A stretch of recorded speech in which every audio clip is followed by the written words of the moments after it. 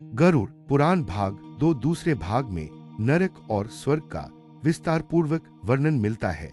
इसमें बताया गया है कि मृत्यु के बाद आत्मा अपने कर्मों के अनुसार अलग अलग लोकों में जाती है। अच्छे कर्म करने वाले स्वर्ग प्राप्त करते हैं, जबकि पाप करने वाले नरक में जाकर अपने पापों का फल भोगते हैं।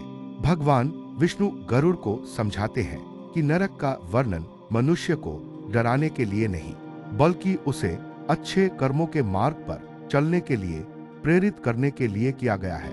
नरक की संकल्पना, नरक कोई स्थायी स्थान नहीं है, बल्कि वह एक स्थिति है जिसमें आत्मा अपने पापों का दंड भोगती है।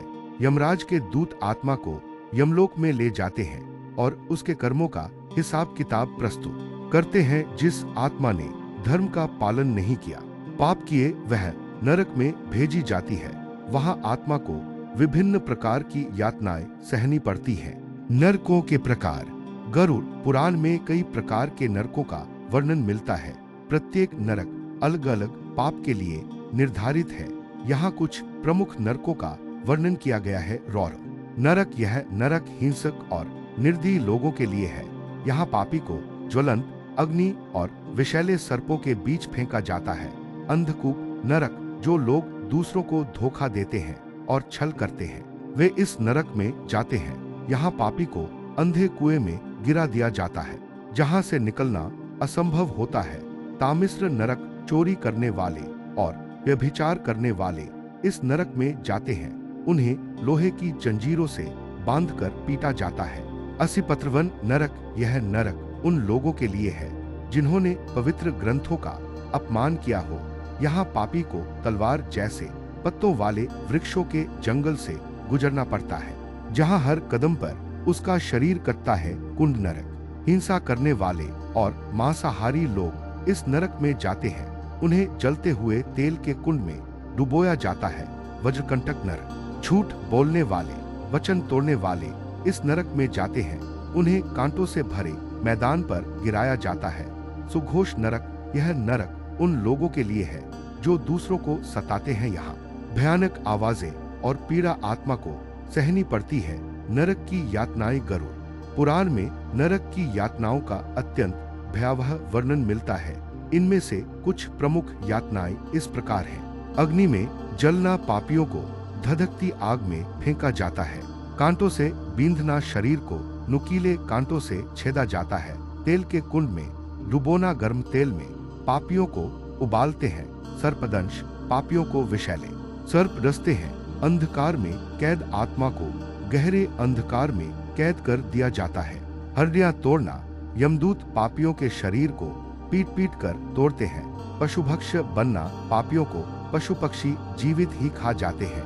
नरक में आत्मा का समय। गरुड़ पुराण में बताया गया है कि आत्मा नरक में कितने समय तक रहेगी। यह उसके पापों की गंभीरता पर निर्भर करता है। छोटे पापों का फल जल्दी भोगकर आत्मा आगे बढ़ जाती है। बड़े और गंभीर पापों के लिए आत्मा को युगों तक नरक में रहना पड़ता है। नरक से मुक्ति। गरुड़ पुराण यह भी बताता है कि नरक से मुक्ति कैसे मिल सकती है। यदि मनुष्य जीवन में ही प्रायश्चित कर ले तो कई पाप कट जाते हैं। दान, पुण्य और भक्ति से नरक की यातना कम हो सकती है।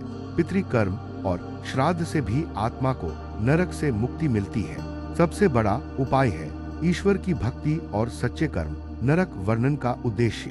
भगवान विष्णु गरुड़ से कहते हैं, नरक का वर्णन केवल भय दिखाने के लिए नहीं है, बल्कि यह मनुष्य को चेतावनी देने के लिए है। यदि मनुष्य पाप करेगा तो उसे नरक का दंड भोगना पड़ेगा, लेकिन यदि वह धर्म का पालन करेगा तो उसे स्वर्ग और मोक्ष प्राप्त होगा। गरुड़ पुराण के दूसरे भाग से हमें यह शिक्षा मिलती है, पाप का अंत दुख ही है। मृत्यु के बाद कोई भी पाप छुपा नहीं रह सकता। नरक से बचने का एकमात्र उपाय है धर्म और भक्ति का पालन। पुण्य और दान से आत्मा के पाप धुल जाते हैं। जीवन में हमेशा सत्य, दया और करुणा का मार्ग अपनाना चाहिए।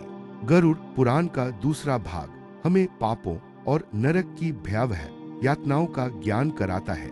इसका उद्देश्य हमें डराना नहीं, बल्कि सचेत करना है कि हमें इस जीवन में अच्छे कर्म करने चाहिए। जो मनुष्य धर्म, सत्य, दान और भक्ति के मार्ग पर चलता है, उसे नरक का भय नहीं होता। वह मृत्यु के बाद स्वर्ग और अंततः मोक्ष प्राप्त करता है। अगर आपने अभी तक चैनल को सब्सक्राइब नहीं किया है तो सब्सक्राइब करें। वीडियो अच्छा लगे तो लाइक और शेयर करें। तो मिलते हैं दोस्तों गरुड़ पुराण के अगले भाग के साथ।